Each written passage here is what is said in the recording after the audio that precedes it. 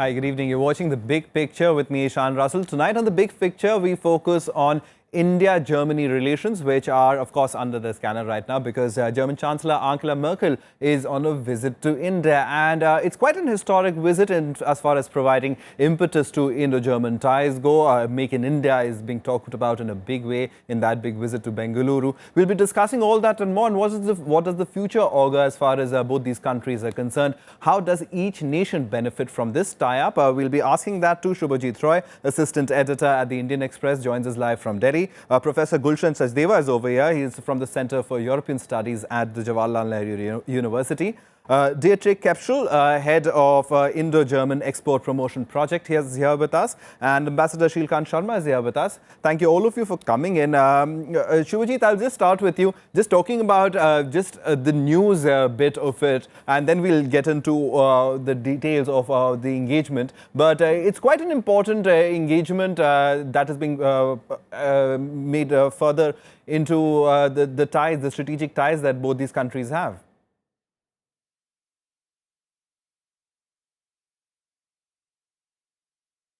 Yes, Ishan. The question is, because this was a reciprocal visit within 6 months of from Angela Merkel, the German Chancellor, to India, after Prime Minister Modi visited, Hanover and then Berlin in April this year.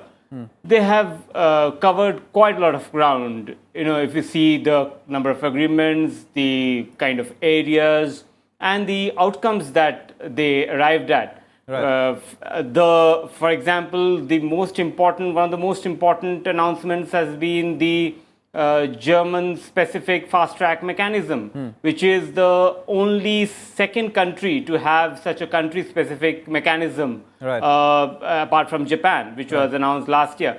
And this has been done to attract more investments, and also at the political level, you saw a convergence of ideas on climate change and environment, where they had a separate joint statement.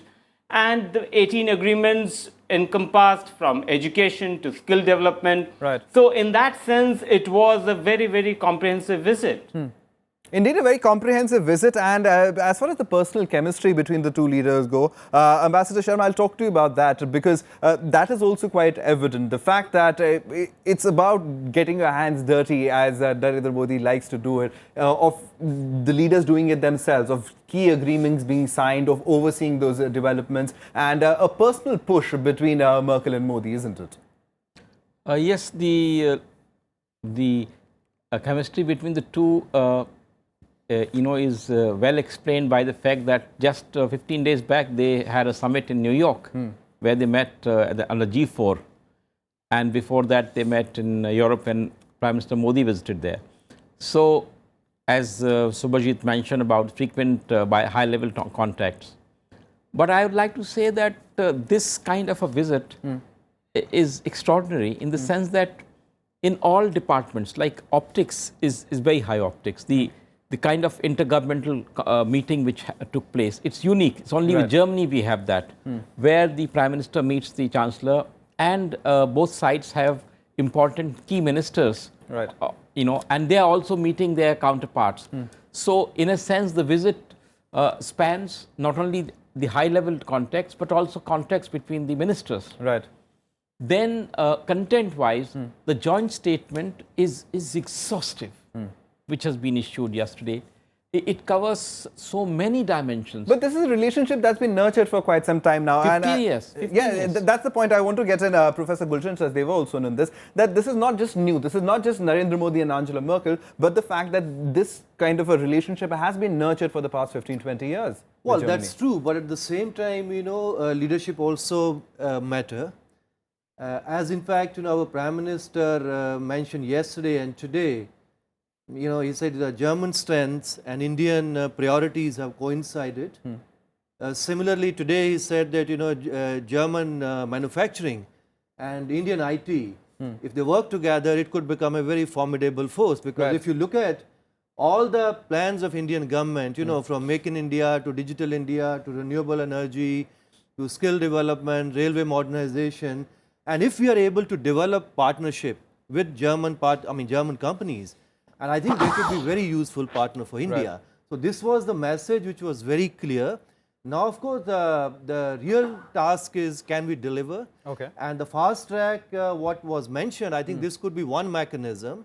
We'll have to see really to what extent we are able to. Now, priorities are very clear. Right. But you know, we also have to attract more German companies. Already there are more than 1,500 companies here. But can we, and many more are willing to come to India. But major you know, challenge is what they always say, that there are, you know, a lot of problems in clearances and other things. If we are able to deliver that, I think we should be able to attract many more German companies to India. Dietrich, you're somebody who handles these kind of issues perhaps on a daily basis. So in terms of the optimism that India is being viewed with in terms of Germany, I mean, we're viewing Germany with a lot of optimism, but how is India viewed back home? And as far as the relations goes and the single window clearance goes, how important is it in furthering the ties between the two nations?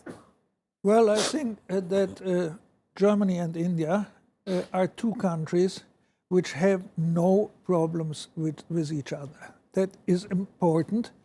And insofar, everybody is looking now for the Modi government, what will come new to abolish the impediments which exist, especially for the medium-sized German companies, which we call Mittelstand, because these are the ones we are aiming at. The big German companies are in India since decades or even centuries, and so far we have not any problem with them. What we want to have in India is the Mittelstand, and these people are looking, let's say, with a positive attitude, even crossing their fingers in favor of the measures which are to come. And they may get a bit, let's say, less patient if it goes not fast enough. But we in Germany are the last ones to criticize that, because we know the democracies and we know how long it lasts to make changes in laws or whatsoever. So what we look at is we look at the whole process with a lot of sympathy, and we hope that India is going forward in this way. For the time being, people are still in the mood, let's say, of waiting and watching. Okay, waiting and watching is interesting because while 18 MOUs might have been signed, but still there is often many slip between a cup and a lip, as the adage goes. But Ambassador Sharma, the fact is that, as Dietrich pointed out, the important point is that both these countries have emerged as natural allies. Germany has been on the rise for the past couple of decades in terms of being the center of all of Europe versus the UK or France for that matter. And India, on the other hand, has certainly shown a lot of resurgence as far as development is concerned. So two countries emerging as completely natural allies, talking about very critical issues on the same front. For example, even the UNSC seat. Politically, the two are also showing enormous convergence, as has been mentioned by the Foreign Secretary yesterday, and the joint statement also indicates. They show convergence in a very gentle manner, but about major issues which are before the international community, like climate change, or like UN reforms, or like security in general, cyber, terrorism, and all these matters, the two have a very shared perspective. Then there is this whole issue of regional problems. About that also they had a discussion, like Middle East they discussed, and they understood each other's positions. India and Germany both felt that political solutions to Syrian problem seems to be the way out. And they also emphasized the diplomatic processes which have been launched to deal with the Ukraine crisis, the meeting which took place in Paris. So all these are issues where Germany is coming on its own. It is there as a part of the European Union, it is there as part of NATO. But under Chancellor Merkel, Germany has slowly shown a certain hesitant but a clearer view, which is which is not necessarily a bloc kind of a view. It's standing on its own, and the migrant crisis is one such example where Germany has really taken a stand that's slightly different from many other European nations. But in terms of EU leadership, Shubhajit, I want to come across to you because that is where Germany has taken a lead, and India certainly would be hoping that India's ties with the European Union can certainly be addressed through Germany itself.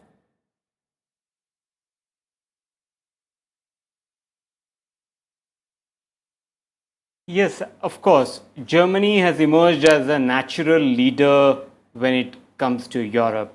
It's not just the most preeminent economy in Europe right now, but also right now when you see the Syrian refugee crisis, this inflow of millions of refugees, they are emerged as the natural leader. So there is a natural partnership, and this dates back to 60, 70 years. I mean, just to recall, Jawaharlal Nehru had visited Germany twice. Former Prime Minister Manmohan Singh visited thrice. This is Chancellor Merkel's third visit to India. So there is a natural partnership that has emerged in the last decades.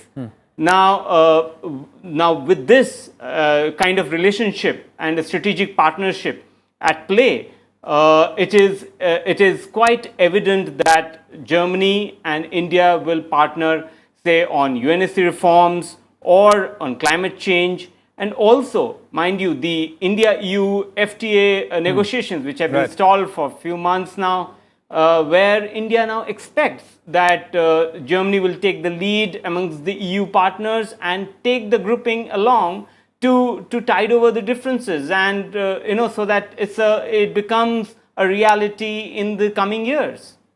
All right, interesting point you make over there about the stalled FTA talks. But Dietrich, coming to you, as far as the implementation would be through programs such as Make in India, through Skill India, where just the visit to Bosch and the fact that I did not know that Bosch has been in India for over 50 years. So in that sense, how important is it for Germany to get in people? For example, the visit to Bengaluru was, I assume, about getting a lot of IT professionals in to Germany. So how is skills in Make in India being looked at? Well, I believe that the Make in India as a slogan is a very good slogan. And that is something which is needed, I would say, as a type of advertising, because there is a competition for foreign direct investment and there is a competition for investments abroad. So insofar, the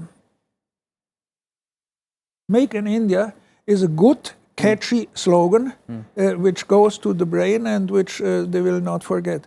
What is needed in this context is that the Germans are quite particular in regard to their own situation and to their own country. All right. Because that is a reason why we love India, also because the Indians do not only want investment from Germany, they also invest in Germany. Okay. And if you see the figures, it's now more or less at par. So what we want for the future is that more is to come in this field. Certainly more. As far as technology transfer is concerned, Professor Sachdeva, that is something in terms of clean energy. The government's already detailed out a very ambitious plan in terms of 40% of our energy needs would come from renewable energy. And Germany would prove to be a very, very tactical partner in that in terms of access to those technologies that India has been gunning for as far as other international countries go. Well, this is one area which can really become very important, because Germany has emerged one of the leaders in clean technologies, and they have very ambitious program, much more ambitious even the EU program, because within the EU framework, all the countries by 2020, roughly about 1/3 their electricity has to come from renewables, and Germany has gone even much beyond that. They are moving away from nuclear, they are moving away from fossil fuels. So, but at the same time, still the cost of renewables is still not come down to that extent. Right. And as a result, in fact, to some extent, even German industry is also, losing some competitiveness, because, ultimately the cost of electricity is up. But at the same time, Germany has a very ambitious program, and since now India has also announced a very ambitious program for the renewables for the next couple of years. Right. So German companies obviously would be looking towards India as an important market, as an also and area where they can also have a lot of experiments in the new technologies, and Germany could provide new technology if India really want to go, not exactly the way perhaps that Germany has gone, but at least to some significant extent where we can also, because we need energy, but we also need really cheap energy, Right. because otherwise it's not really working. So in that sense, I think renewable is one area, but as we have also mentioned, I mean it was mentioned, it's not just in, EU and Germany and India has worked bilaterally. We have also worked within the India-EU framework. Right. We have also worked in G4. We are also working in G20. And particularly, in fact, you are mentioning about India-EU FTA. And if you look actually relationship between the European Union and India, I mean, this is, the momentum has been lost for the last couple of years. Right. It's not just only about FTA. I mean, we haven't had even the, summit meeting for the last couple of years. So maybe, I mean, since Germany has a huge influence within the decision-making process within the European Union, so this also was perhaps a good opportunity to use Germany's influence within EU also to push perhaps India-EU ties. And I think certain discussions were there. There was not very clear message, but still I think mention was made. It was discussed India-EU FTA. Because Germany is still very much part of the EU. Right. So even if you can't have bilateral agreement with the with Germany, because it has to be with the European Union, whether it's a trade agreement or the investment agreement. So in that sense, Right. I think this visit was very useful, not just on bilaterally, but also look into many other issues. All right, and another issue is the strategic aspect of it, and we've briefly touched upon it, but we haven't really explored that. And Shubhajit, I want to come across to you for that, because as far as India and Germany go, now the statement also talks about terror, even Pakistan came up, and as far as IS in Syria are concerned, those are common concerns, that the Islamic State remains a common concern, and given the fact that Germany and India have not adopted necessarily the positions that a lot of Western nations together have already adopted, or even Asian giants are doing the same. What do you make of the strategic partnership between the two countries?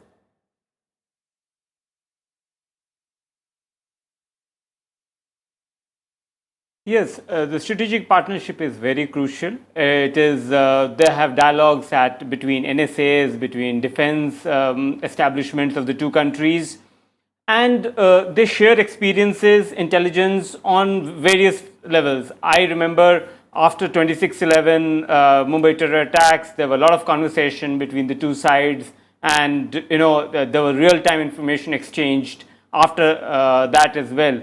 And now with the global scenario, with Europe in the middle, and with Ukraine crisis, in which Germany is again playing a big role, ISIS is being seen both by India and Germany as a common threat, and there are a host of issues challenging the peace and tranquility in Europe as well as in Asia. The two sides have a lot of converging views. The second aspect on strategic issues is about defense equipment and manufacturing.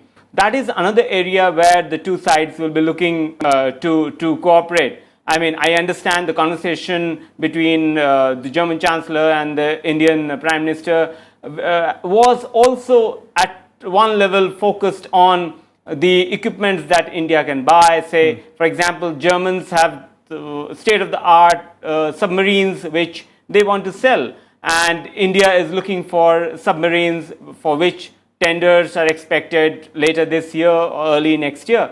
So there is again a complementarity of need and and supply. I mean, if everything goes well, there could be more convergences in those aspects as well. Right, and Dietrich, it's not about just need and supply, it's also about trust perhaps, and you're saying the German industries are waiting for a lot to happen more on the ground in terms of just not just empty promises, but how do you see that side developing? Because it is critical, isn't it, that manufacturing and make in India, as we've already spoken about, is something that the government is pushing for, and German companies are saying they'll wait and watch. Yes, they are waiting and watching, but what what with that catchy slogan, which I like, should be done a bit more from the point of marketing, is to tell these German companies that they should have more confidence. And are yes, German companies looking at India for labor? And no, the Germans have one real motive to go abroad, and that is to get access to additional markets which are political and economically stable. And this is what they want to see, that it is additional. And therefore one should more emphasize that the Make in India is not to close down or to reduce production in Germany, but to get additional markets so that the production... Is that a conversation, sorry, that's happening over there of perhaps jobs moving away to India or industries moving away to India? That is a permanent thing of the trade unions, and that is a permanent fear of the German medium-sized companies, that they could lose their position in the domestic market and become foreign companies in Germany. So this must come, and if it comes, and the companies which have invested in India demonstrate that this is an additional market where most of the production can be sold after some time in the domestic market.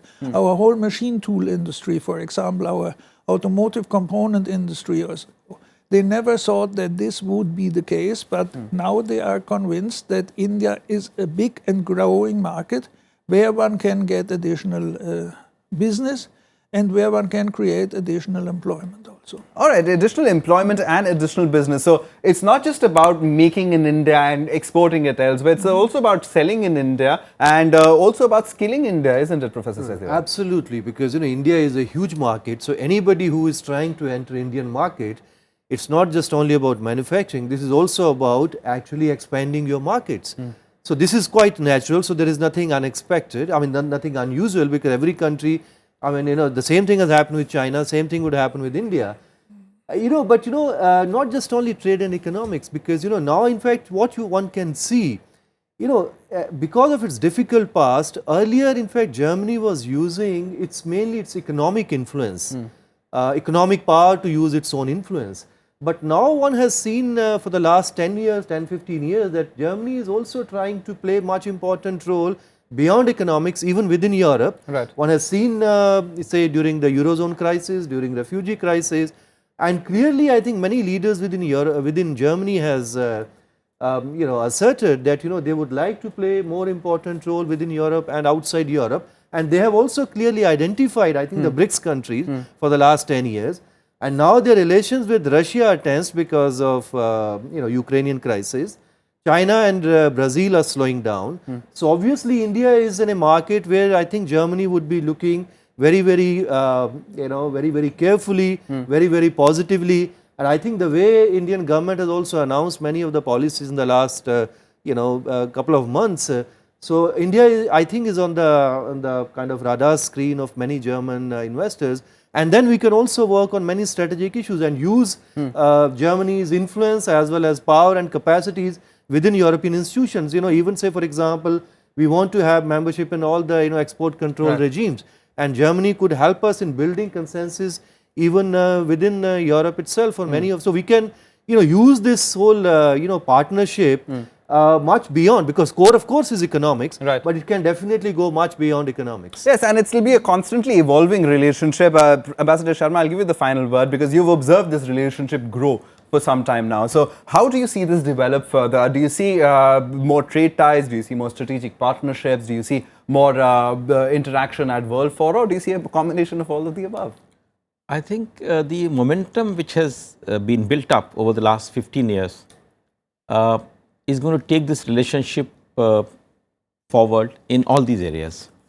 There is momentum in every dimension, not only trade but investment. The students from India, 11,000 students in Germany, 1,600 German companies here. Investment like energy, solar energy, they are talking of €1 billion fund. Now these are the things of the future on which India and Germany can cooperate. And the traditional trade also has gone up, considerably. So then strategically also, as the professor mentioned, the export control regimes. You know, Germany is, despite being among the most advanced countries in nuclear, they gave it up. Right. And they've started doing the renewables and solar. That shows the mettle of their industry, their efficiency, their engineers. And for India, this is to be tapped. And we need that. And Germany is willing to give. That's how this fund. All right. So we need that kind of a win-win kind of a bonding between India and Germany, which will meet our needs. And renewables is one of the major requirements, and climate change compulsions. So I thought this visit, the high point was this German support to India for its climate change needs.